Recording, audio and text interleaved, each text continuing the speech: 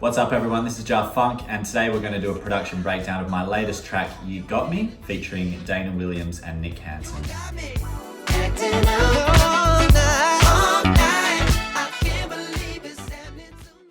Alright, so this track was actually one of the simplest tracks I've ever done just in terms of the instrumental and the amount of tracks I used. And if we go through the project file here, you can see without including the horns here, there's only like 15 tracks. So it's very minimal, very simple, and I always preach this to try and keep, all the elements minimal, but every element that's in there has to be good and strong, and that way your projects don't get too muddled. So I'll start with the kick. This kick's just something that I've sampled from some live drums, and all it's got on there is a max bass. So if I play it without the max bass, and then with it, the max bass just adds that sub in there to give it a bit more low end. And that's literally everything on the kick. No compression, no nothing. And then on the snare, we've got a bit of a layer here. So we've actually got two main snares which are playing. These two guys here. And the first one is simply a live snare, which I've added a little bit of attack to here. So if I bring the attack down, it's a little bit snappier, but I didn't want the transient at the beginning to get mixed up with the other one. So I brought the attack up so it doesn't clash with this other one that's playing. And this one's from a drum machine. So if we listen to this one, I believe it's from the Linn drum. So it's a Linn drum sample mixed over the top. And I always do this too, like I'm mixing the live sound to give it the live human feeling and then the electronic sound to give it that punch. So we've got the electronic one here, and what I do is I put this amp on it. So if you listen to it without the amp, it's very muffled and very kind of lo-fi sounding, but when I turn the amp on, it really brings out this top end to the sample and really brightens it up and makes it sound nice. So I mix those two together. So we've got this, nice blended snare. And then I've got a saturator on here to sort of glue both of them together and to just fatten up the sample a little bit. So that was the snare. And then we got this hi-hat here. So this hi-hat is simply a loop. And I'll play it without all the plugins. So I think this comes from possibly a bunch of live samples mixed together. I programmed them in and then exported it as audio.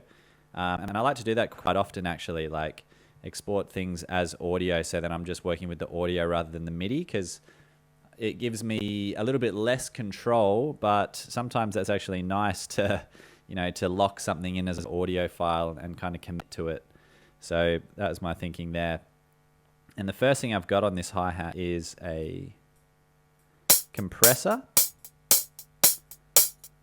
So it's gluing it together. It's bringing the lower sounds up and the kind of squashing the higher ones.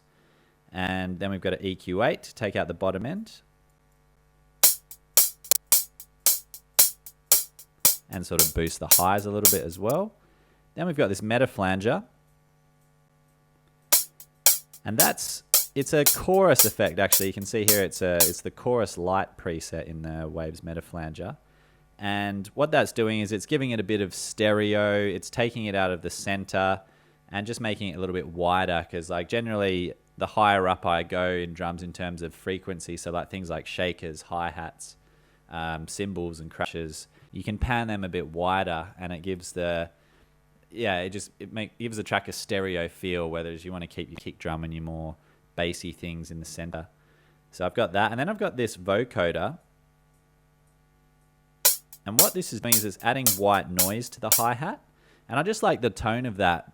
It just sounds nice, basically. So that's 100% wet.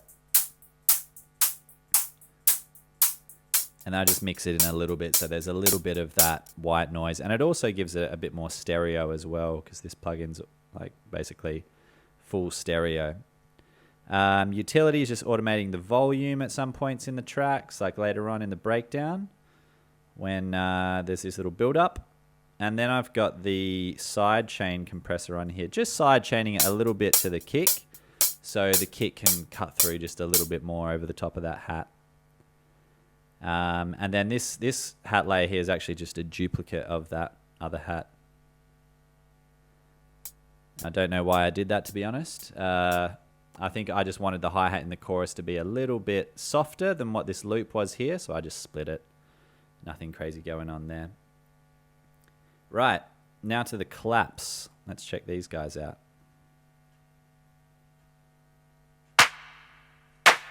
So, these claps come from a loop, and as you can see here, it's a bunch of different claps. They're not all the same. And each one's slightly different. It's slightly off the grid, as you can see as well. And this is what gives the track the human feeling, in my opinion. You know, like back when they made disco, they'd basically just record claps into a microphone. And of course, they're not going to be able to clap perfectly on the grid every time. And with this particular style of music, you know, disco and funk stuff, it is about feeling, it is about groove and, you know, the human feeling. So you got to replicate that when you're producing on a computer. And the way to do that is by shifting the samples slightly off the grid. And so that's what I've done with that clap there. I've also added this FabFilter Satin. Let's check out what that's doing.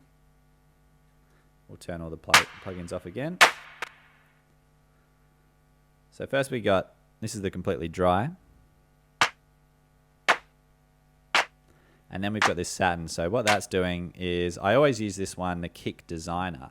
And what that does is it just kind of boosts the high frequency bands. And it does it in a way that's, you know, it just sounds nicer than the EQ to me. So I use that all the time on claps and hi-hats. Then we've got a touch of reverb.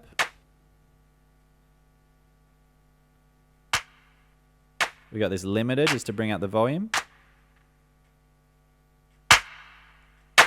Then we got this soothe. And what that's doing, this is an amazing plugin actually, is it just cuts out resonant frequency. So whenever you've got like a really harsh drum, or like I use it on vocals too and guitars, if you've got a harsh sounding thing, sound, then you can chuck this soothe on and it just cuts out the resonant frequencies automatically without having to use an EQ. So that's why I've chucked that on there. Then we've got the auto filter just acting as an EQ. And I think there's some automation on that at some part of the song. Oh, just here, like in the intro, I wanted a little bit less bottom end in that clap, just to give it a little bit of a lighter feeling in that intro. So yeah, there's the clap. And we've got another layer here. So there's that clap, and then there's this one, which is from the very famous Oliver packs. I can't imagine how much money that guy has made from these packs. I hear him all the time. Radio tracks, you know, dance tracks. The guy must be killing it. So this one, again, it thickens it up a little bit. So if we play both the claps together.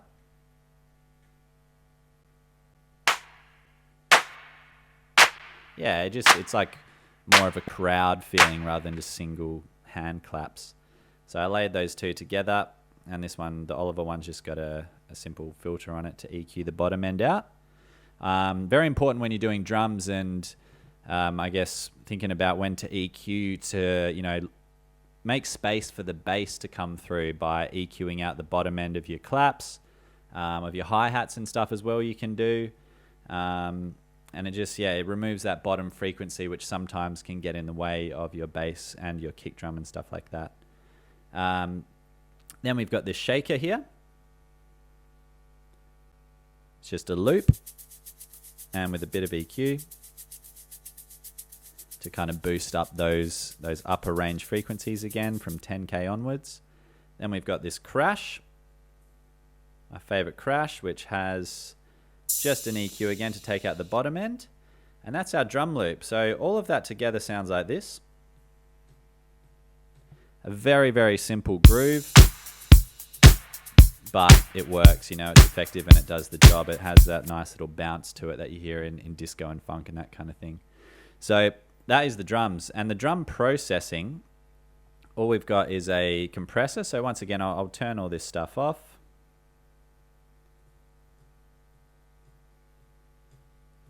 So you can hear straight away this compressor is gluing the whole drum groove together. If I A-B once more, it sounds a bit disconnected there to me. When you turn it on, it glues everything together. It makes it sound like one loop rather than a bunch of different sounds playing. So compressor, it's doing quite a bit of work, like minus 7 to 10 dBs of compression. Then we've got this saturator on here, and this one's great. I love using this on drum buses. So I always use the analog clip setting. And what that does, when you add a touch of drive, if I push it to the max here, that's kind of what it's doing. It's like distorting it a little bit, and it's acting almost as a compressor as well. It's gluing the loop together even more. So if you use it, lightly, it can add this really nice distortion, and it just makes your drum groove sound fatter. And then I've just tamed the bass a little bit here. I felt it was a bit too boomy, so I've taken 4 dBs off with a very shallow EQ curve there just to tame that bass a little bit, basically. And then I've also got a return track here. So we've got the Camel Crusher set up, and if I solo that, I've also got the bass going to this channel, as you can hear. It's doing a similar thing to what the saturator was doing on the drum bus, but it's just another layer of it. And I do like to do this, like have multiple layers of distortion and compression and stuff, because if you just do all the compression or all the distortion with one plugin, you're going to have to really overwork the plugin that you're using, and it's going to, plugins generally have this sweet spot where if you only push it a little bit, it sounds really nice. But if you overcook it, then it sounds really extreme, and it just sounds quite amateur. So I try to do it with a bunch of different layers. So it's just adding another layer of distortion and compression to this drum groove. So if I play it here, I bring down the amount. You can see there it's adding quite a lot of volume. When I bring it back in, and just again, a bit of extra fatness, and makes it just glues everything together nicely. So that's the drums. Pretty simple compared to some of the other projects I've had. So that's always nice when you get simple results that sound good. And yeah, so that's the drums. Next we'll move on to the bass. So I played this bass on my... I had a P bass, a Fender P bass originally. I've now sold it and I got a J bass. I don't know why I actually did that, because I actually think now I prefer the P bass better than the J bass sound for my type of music. But yeah, so I use the P bass, and I just, as you can see here, it's very chopped up, and that's because I suck at bass and I need to chop everything up to make it in time. So I remember when I was recording it, I did a whole bunch of takes. I can't even tell you how many takes I did. There would have been honestly, close to about 50 takes of the bass, and I just get each little note in. So it sounds, until it sounds good and sounds like a groove. So yeah, that's kind of how I record. And then I will show you the processing chain here. So we'll go completely dry and sort of take you through each thing. So yeah, the tuner is just there, obviously, to tune at the beginning. Then we've got a CLA 2A, which is a compressor. Again, just sort of evening out the level of the bass, so there's not too much volume variation. Then we've got a bass amp, which is the ACTV Presence. I just wanted the tone of the amp on this particular bass. Then we've got the CLA bass. And yeah, so what I do with this CLA bass is a lot of the time I don't even use any of this stuff, like the treble, the compression, the sub or whatever. I just use this chorus here because I like the way it sounds, and I like to have a little bit of a stereo frequency on the CLA, on the bass in general. So I add the chorus on there, and it just gives the top end a little bit of width. And I use this mid-side plugin to make everything below 130 hertz mono. And that's quite important when you're mixing, because generally you want your kick and your bass to be very much in the center of the mix. Otherwise it can sound a little bit weak. And that, again, I've heard K Trinata tracks where he does the complete opposite. The bass is like in full stereo, so there's no rules. But like for me personally, I like to have the bass and the kick and stuff right in the middle. So yeah, that's why I did that.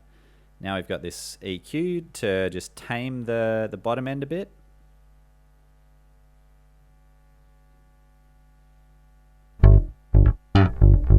Yeah, so it's still got the sub and the bass range there, but I wanted to bring out more of this mid and upper range. So I've turned that on and I've boosted those highs a little bit there. And then we've got a simple side chain to let the kick come through a little bit more. And this auto filter for later on in the track when there's when there's that break. Oh, sorry, this is at the very end of the track actually. Yeah, just to filter out at the end, and that's the bass. Okay, so next we've got this guitar, and what that is, I played it on my Squire Strat back at home, and there's two main sections. There's this verse and chorus section, which are both the same, and then there's the pre-chorus section, which is slightly different. So the verse section is this.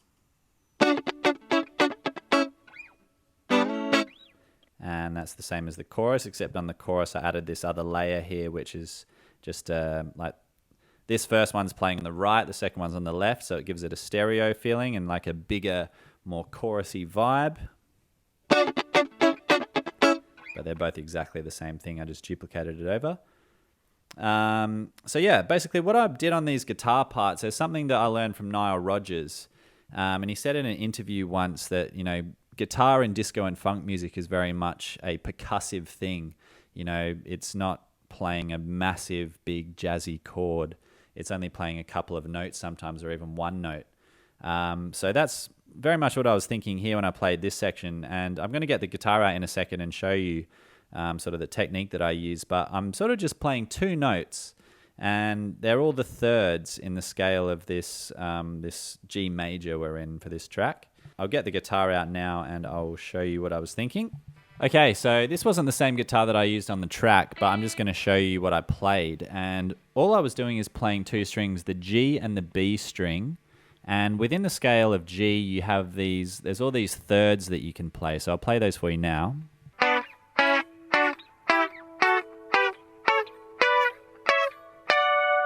And so they're all your available options for thirds within G. And I sort of just played around with those notes and like found a little groove that worked with the bass. I think the bass was actually the first thing that came on this track after the drums. And yeah, I'm just like playing very quick and very staccato kind of sound, like which fits in nicely with the groove. And then in terms of the actual processing on the guitar, what I've got here is a bunch of stuff. I'll turn it all off so you can see the dry signal. You can hear the dry signal rather. So this is the dry signal of the guitar. It's very muffled, it's very low, it doesn't have much presence in the track at all. So the very first thing I added was this SSLG channel, and immediately with that, you'll be able to hear the difference. Really brightens up the top and the mid and the upper mid range. And then you've got this GTR stomp, which is just adding a bit of spring reverb. Let it sit slightly back in the mix. Then we've got a compressor, which is just leveling out the signal. Doing about between 3 and 5 dBs of compression. Then we've got this chorus, and this is what really gives it the tone.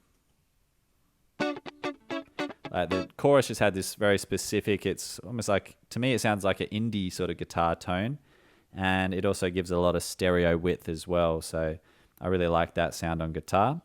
Then we've got the EQ to cut out the bottom end. Make way for the bass and the drums and stuff. Then we've got the Soothe once again, and the Soothe is really great on guitar because what that does, if you watch the visualization here, it just finds these resonant frequencies automatically and cuts them out without you having to, EQ every single little notch. So it's such a handy plugin, saves so much time, and I use that all the time on guitar. Then we've got this live compressor here, just the Ableton one. That's just side chaining it to the kick. So that was the guitar, not too much going on there. Then we got this little melody, the slide melody. And this comes from actually one of my Splice sample packs. So if you check this one out here. Yeah, it's just literally straight from one of the sample packs, pitched it down to semitones. And then all I've added here is a ping pong delay to let it bleed into the next section. So without it, it's going to sound quite funny. Very dry, doesn't make sense. That's much nicer, it leads into that next section, doesn't sound so abrupt when it ends. So that was that little slide melody. And now we've got the synths. So this is where a lot of the magic happens. If I play the track, let's play the chorus without the synths. I fall into you. You got me acting up. Yeah, it's missing quite a lot. I can't believe. The first thing is this Rhodes, and this is actually in the pre-section here, this Rhodes. I don't believe in love.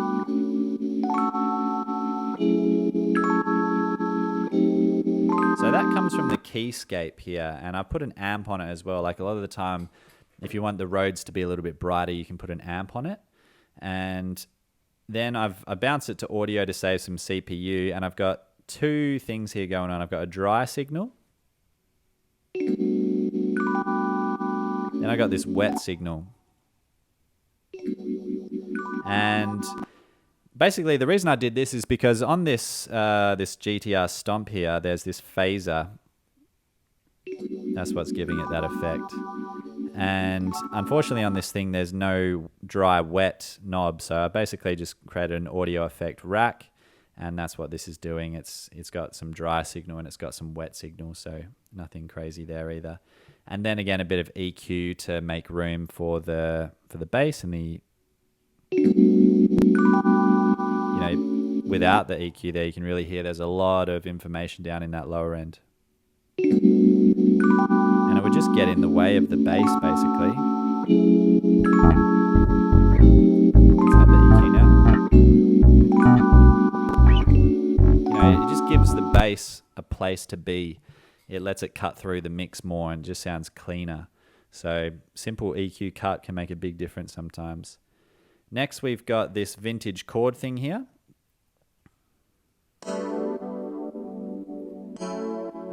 So that comes from, again, the keyscape, and it's like it's an electric piano, like a Rhodes emulator. And then I've got the simple delay on here to make it super wide. The Wolf compressor, which gives it a bit of this pitch LFO type of vibe to make it sound even more vintage, and also some lo-fi on there. And then we've got the Satin, which is adding some top end to the sound. Next we got this. So this is where the mini log starts to come in now. One of my favorite synths that I have. Well, I'll say one of my favorites. Like I've got a bunch of them. I've got two. I've got the Korg mini log and I've got the Novation bass station. But I really love the Korg mini log. It has some great synth sounds in there, especially for funk and soulful stuff. So this one's from there. It's a string sound. And what I've done here is I've added a Camel Crusher. Don't know why, to be honest.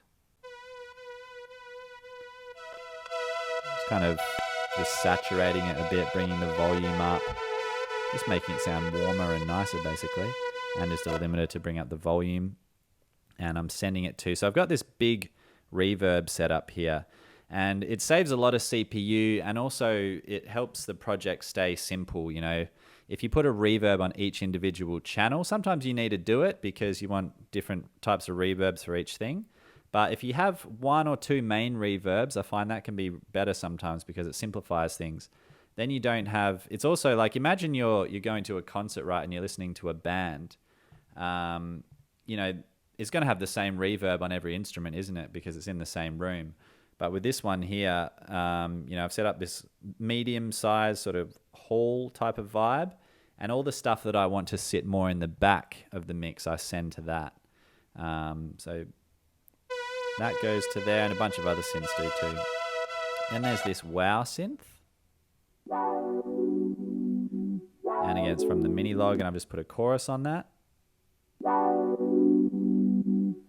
to make it wide, and also it just gives it this chorus vibe. Don't know how else to explain it really. Then we got this guy.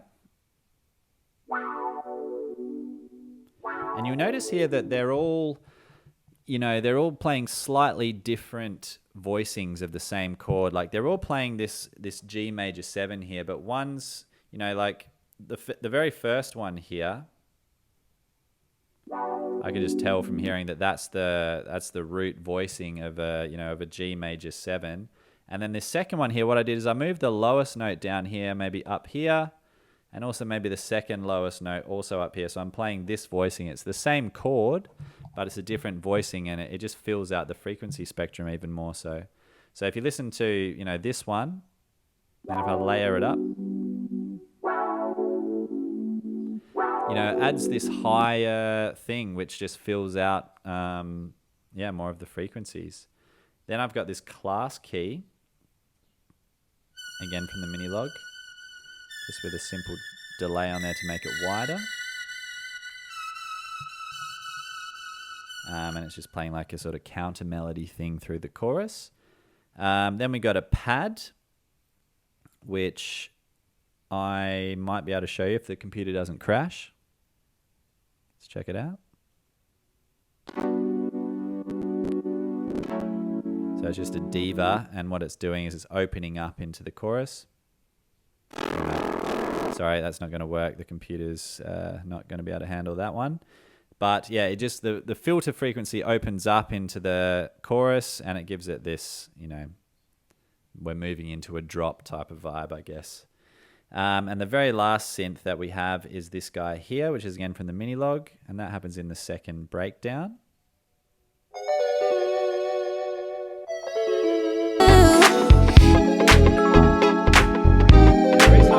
There and not in the other one is because I talk about sometimes having these one moment events in songs, and basically what that means is at every point in the song you want it to be unique. You don't want to have like copy and paste type of vibe where it's the first drop is exactly the same as the second drop and so forth.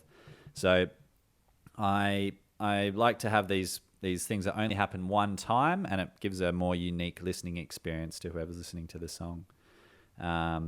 So yeah, that's why I put that in there.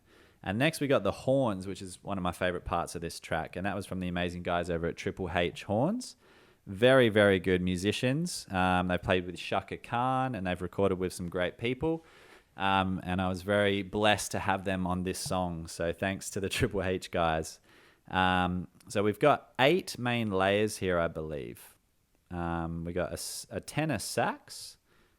So I'll play you the whole brass section first, actually. I'll just solo that.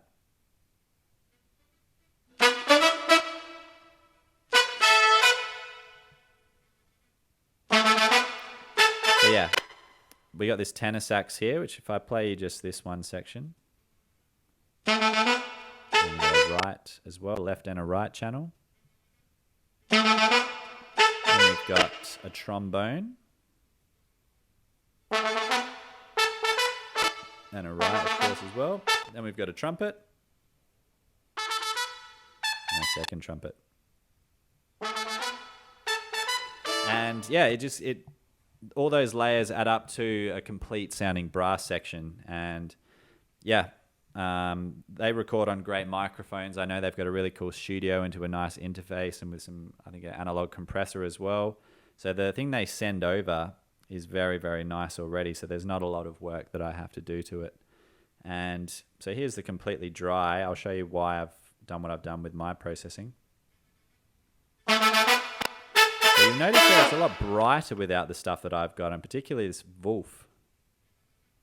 And I'll show you why I did that. So first, we had some compression just to group everything together and glue it all together nicely. About 5 to 7 dBs of reduction there. So yeah, here's the Wolf.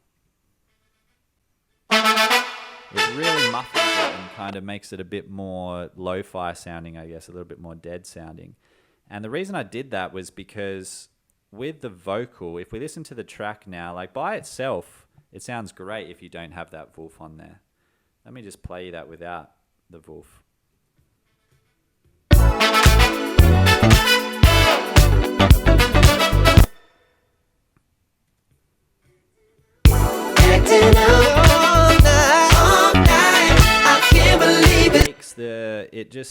It draws the attention too much away from the vocal. And in this particular song, the vocal is really the main thing that, you want people to listen to.